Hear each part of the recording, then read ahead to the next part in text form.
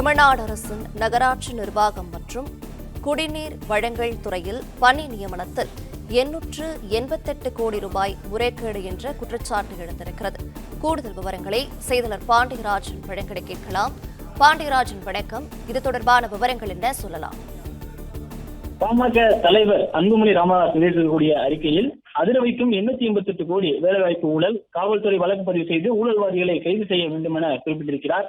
தமிழ்நாடு அரசின் நகராட்சி நிர்வாகம் மற்றும் குடிநீர் வழங்கல் துறைக்கு 2538 அதிகாரிகள் மற்றும் பொறியாளர்களை நியமிப்பதற்கான ஆள் தேர்வில் பெரும் அளவில் முறைகேடுகள் நடைபெற்றிருப்பதாக இன்று காலை இடியில் இருந்து அமலாக்கத்துறையின் மூலமாக தமிழக டிஜிபிக்கு கடிதம் ஒன்று எழுதப்பட்டதாக தகவல் இருந்தது. இந்நிலையில் அந்த கடிதத்தை மேற்கோள் காட்டி அன்புமணி ராமதாஸ் மற்றும் அண்ணாமலை ஆகியோர் இந்த குற்றச்சாட்டுகளை முன்வைத்திருக்கின்றனர். உடனடியாக தமிழக காவல்துறை வழக்கு பதிவு செய்து நடவடிக்கை எடுக்க வேண்டும் எனவும் வலியுறுத்தியிருக்கின்றனர். ஒவ்வொரு பணிக்கும் ரூபாய் 35 லட்சம் வரை கையூட்டு பெறப்பட்டிருப்பதற்கான ஆதாரங்கள் சிக்கியுள்ளதாகவும் அமலாக்கத்துறை தெரிவித்திருக்கிறது. இதனை மேற்கோள் காட்டிய அன்புமணி ராமதாஸ் இது தொடர்பான வழக்கு பதிவு செய்து விசாரணை நடத்தும்படி தமிழக காவல்துறைக்கு அமலாக்கத்துறை கடிதம் எழுதியிருப்பதையும் சுட்டிக்காட்டியிருக்கிறார். இளைஞர்களுக்கு வேலை வாய்ப்பு வழங்குவதிலும் கரப்ஷன், கலெக்ஷன், கமிஷன் கலாச்சாரத்தை திமுக அரசு கட்டவிழ்த்து விட்டிருப்பது கண்டிக்கத்தக்கது எனவும் அன்புமணி ராமதாஸ் குறிப்பிட்டிருக்கிறார்.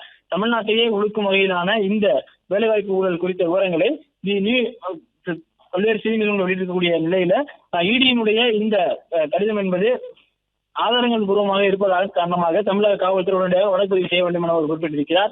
நகராட்சி நிர்வாகத்துறை பணி நியமனங்களில் நடைபெற்ற ஊழல் குறித்த இந்த உண்மைகள் கேட்பவர்களுக்கு அதிர்ச்சியை ஏற்படுத்தலாம். ஆனால் இந்த விஷயத்தில் பாட்டாளி மக்கள் கட்சிக்கு எந்த அதிர்ச்சியும் இல்லை. ஏனென்றால் கையூட்டு வாங்குவதற்காக திட்டமிட்டே இந்த ஆள் தேர்வு முறை வடிவமைக்கப்பட்டது என்பதை 2023 ஆண்டிலேயே பாட்டாளி மக்கள் கட்சி அம்பலப்படுத்தியிருந்தது எனவும் அன்புமணி ராமதாஸ் அவருடைய அறிக்கையில் குறிப்பிட்டிருக்கிறார்.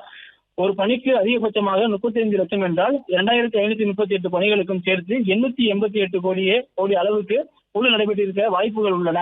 தமிழ்நாட்டில் 1.30 இளைஞர்கள் படித்துவிட்டு தகுதிக்கேற்ற வேலையில் இருக்காமல் அவதிப்பட்டு வருகின்றனர்.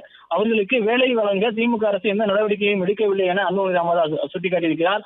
நகராட்சி நிர்வாகத்துறை பணி நியமனங்களில் நடைபெற்றுள்ள ஊழல்கள் தொடர்பாக அமலாக்கத்துறை அனுப்பியுள்ள ஆதாரங்களின் அடிப்படையில் தமிழக காவல்துறை உடனடியாக வழக்கு பதிவு செய்ய வேண்டும். இதில் சம்பந்தப்பட்டவர்களை கைது செய்ய வேண்டும் எனவும் அன்புமணி ராமதாஸ் வலியுறுத்தியிருக்கிறார். இந்த வழக்கை தமிழக காவல்துறை விசாரித்தால் நியாயம் கிடைக்காது என்பதால் முதல் தகவல் அறிக்கையை பதிவு செய்த பின்னர் தமிழகத்தை அதிர வைக்கும் இந்த பணி நியமன ஊழல் வழக்கை சிபிஐ விசாரணைக்கு அரசு மாற்ற வேண்டும் எனவும் அவர் கோரிக்கை வைத்திருக்கிறார். பிளே ஸ்டோர் மற்றும் ஆப் ஸ்டோரில் இருந்து பாலிமர் செயலியை QR கோடு மூலம் பதிவிறக்கம் செய்யுங்கள். செய்திகளை உடனுக்குடன் பெறுங்கள்.